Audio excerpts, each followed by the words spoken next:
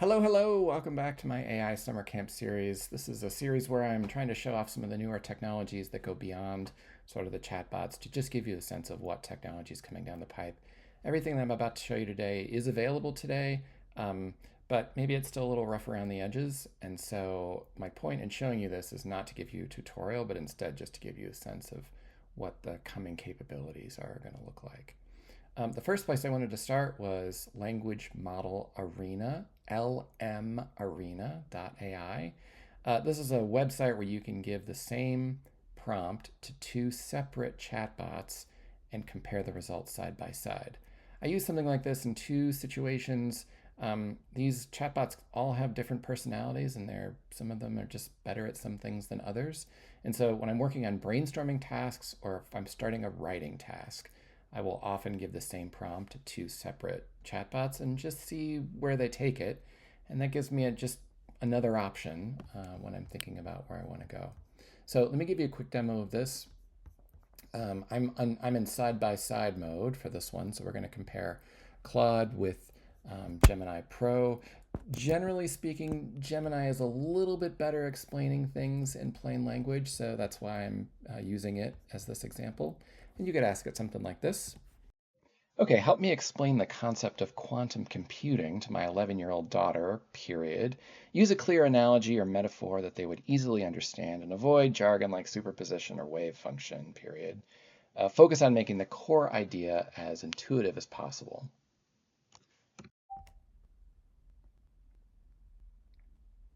Okay, so you can see we get the answers back. Gemini on the right has actually gone and done a little bit of visual formatting, and since I'm a visual person, that's the one I'm going to read first. But when I actually read the two side by side, I think the analogy on the left is probably going to resonate with her a little bit better. And so that's the one I probably would pick and then start running with. But it is really helpful to be able to run experiments like this and just try different models out. One thing I will note about this tool is that you are getting free access to all of these paid models. And so the price that you are paying with this is that the owners of this website reserve the right to make any of your prompts public. So if you do work with proprietary data, you probably shouldn't put it into this tool.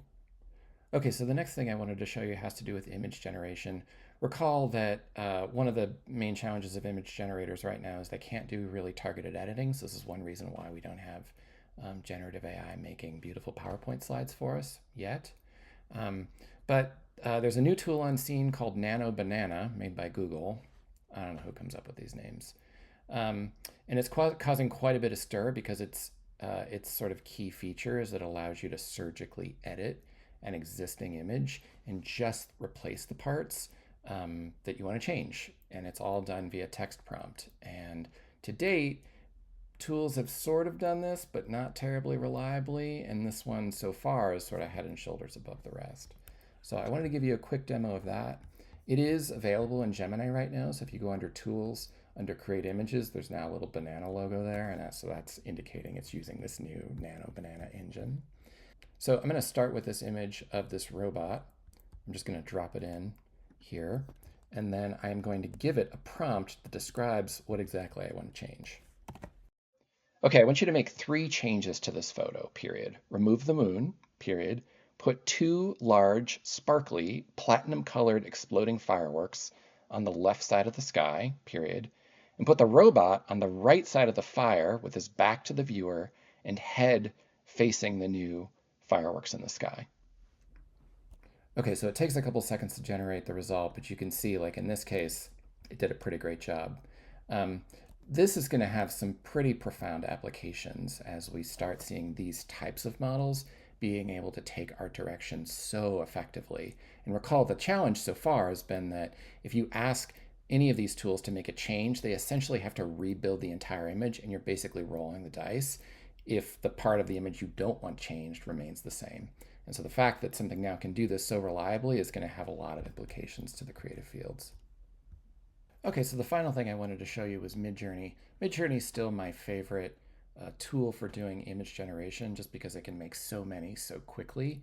And at this point, it's just more efficient to try to just have it make 100 or 200 images and then just find one that's going to work well enough. The reason I'm showing you this today, again, is not to give you a demo on Midjourney, but to point out that Midjourney has added animation over the last month or two. This feature is not super new. It's been around for a few months. But I just wanted to give you a quick demo that it is reasonably serviceable. Okay, so to demo this, I'm going to start off with an image that we're already familiar with. I'm going to come in here to the Create palette. I am going to give it that image. So I'm just going to drop it in here to have it be my starting frame. In this case, I want the whole thing to loop. So I want the animation that it creates to end up back where it started. And so I'm going to select loop. And then I need to give it a little bit of a prompt. So I'll tell it, exploding fireworks in the sky, period, separate, colon, slowly flickering campfire flame. The only reason I put the word separate in there is just to indicate, hopefully, that I'm asking it to do two separate things.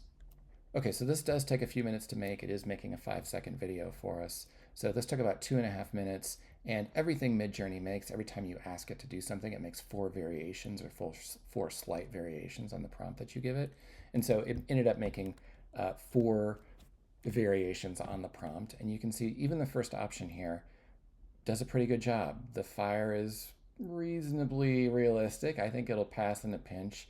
And the fireworks, I think, look great. And the whole thing really does loops. If I wanted to turn this into a GIF or put it somewhere where it's just sort of a looping movie, it would work really effectively. You wouldn't see any of the break in it. All right, well, thank you for coming to this week's edition of Summer Camp. Hope you had a great Labor Day. We'll see you soon.